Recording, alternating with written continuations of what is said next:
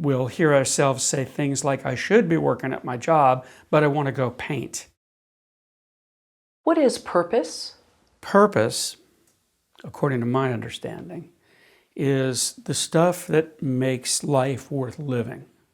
The things that one does, that one looks at and says, in doing that, I feel in harmony with myself. In doing that, I feel like I'm doing what I should be doing.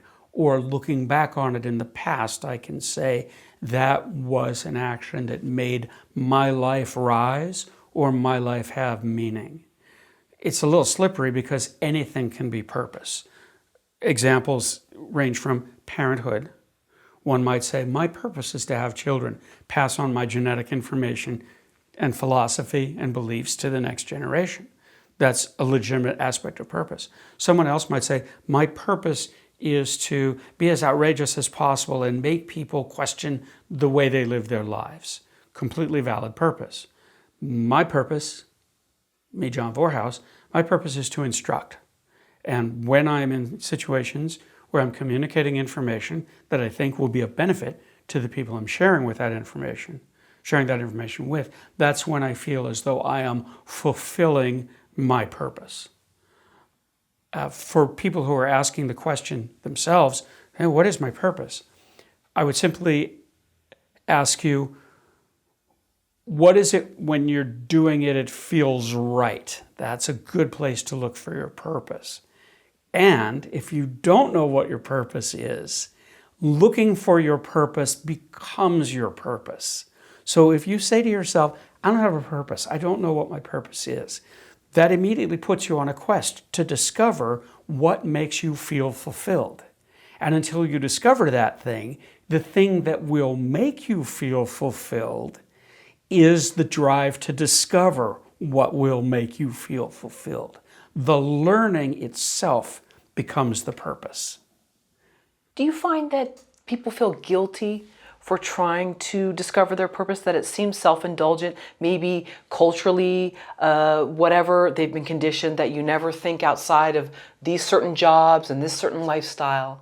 And so if you think of anything different, now you're shameful. There's a lot to unpack there. Perhaps we can throw another P into the conversation, and that P would be programming.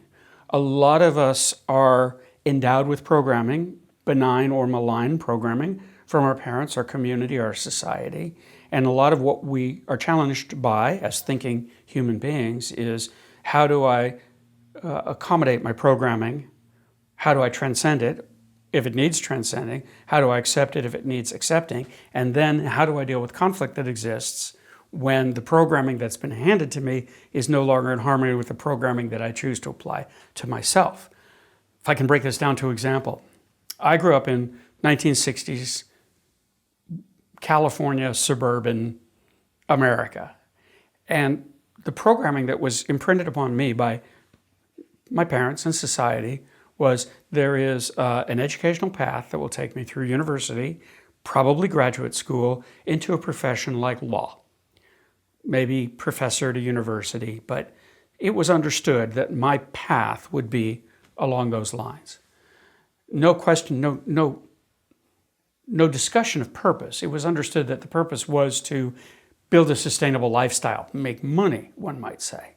In my 20s, as I started to transform and started to take agency over myself and my choices, I said to myself, that program doesn't really work for me. That's not what I want to do. So therefore, it's incumbent upon me to figure out what I do want to do. And at this point, I evolved the first of my main purposes, which was to communicate through writing, to be a writer. Once I had that, it served as counter-programming to the be a lawyer programming or the be a college professor programming.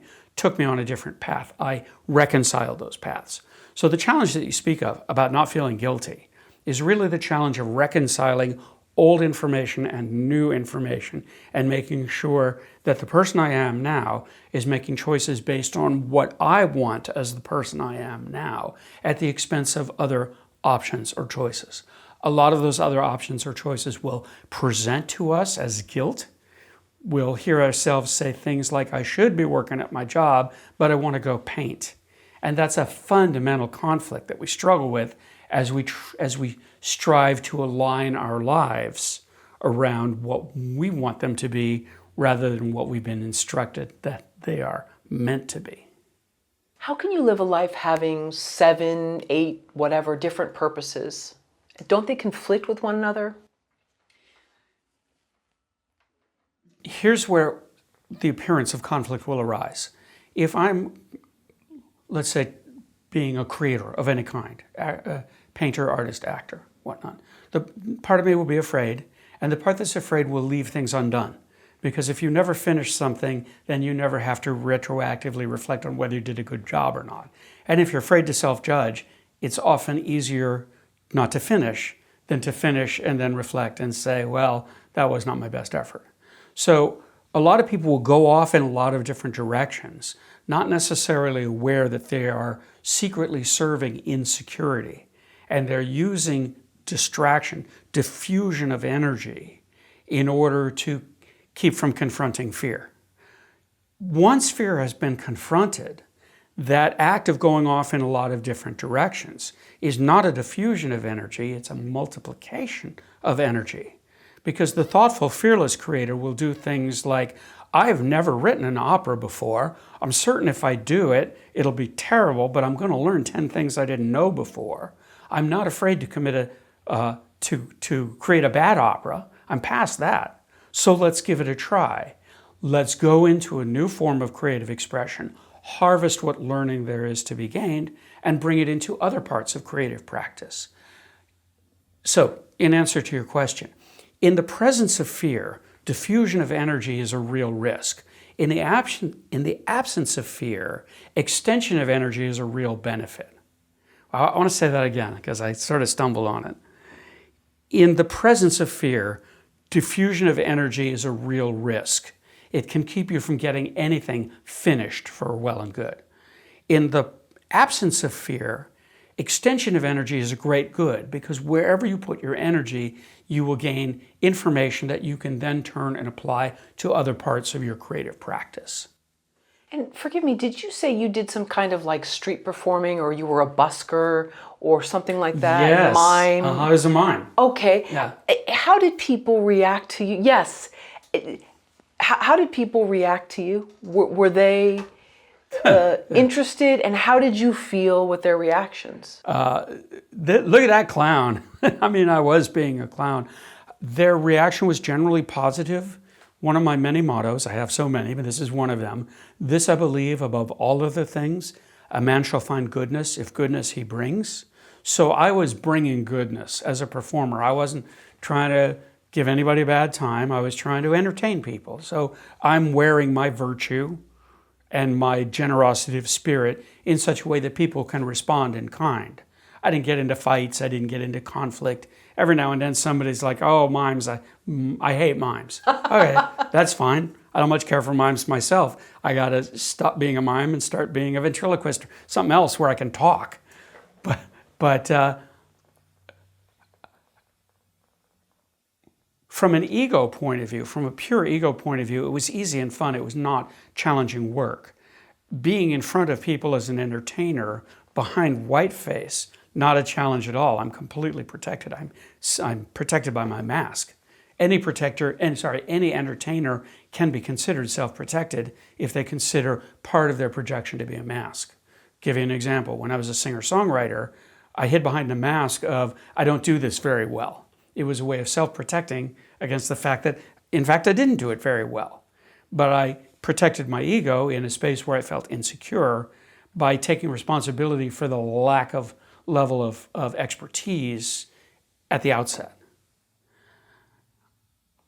Did that round about to an answer to the question? It did. Because, you talked about having, these different desires, different creative outlets, and then being afraid of doing them badly, so not finishing. But when you're sort of a street performer, you're up on stage, there's no hiding. I know, but you said that you are somewhat hiding behind a mask, but you're still sort of, for lack of a better term, naked in front of the world. Mm-hmm. Let's look at something like stand-up comedy, which I had a little early experience with and then a little later experience with. A lot of the stand-up comedy experience is pretty hellish. Because if you're doing it right, you are completely naked. Not literally naked, but psychologically exposed. And if you're not willing to be super vulnerable, your act is not going to get where you want it to. You can tell jokes, you can write jokes and tell jokes, but they'll be at such an emotional remove from who you really are that you won't do it well. The other thing you need in stand-up comedy is just a lot of repetition, a lot of trying and failing and trying and failing and building up a critical mass of experience. Then once you have that critical mass of experience, the audience can no longer hurt you because you've already been through the experience of bombing, dying on stage, and you understand that that's a natural part of the process. But when you consider yourself to be brand new in it, just going up to an open mic for the first time, you'll naturally be completely vulnerable, scared to death, fearful of a bad outcome. You probably will get a bad outcome, but you'll also get such a profound high, an exhilaration, that you'll want to do it again right away. That's the buzz of creativity. And I don't know if you said this in our last interview with you or you said it in another one, that if you already feel like you're not maybe the best at something, then people can't really hurt you because you've already put yourself down. Mm-hmm. You've already said, I know I'm this and that and this and that, so what else can you throw at me? If you cop to imposter syndrome, you can't be accused of being an imposter.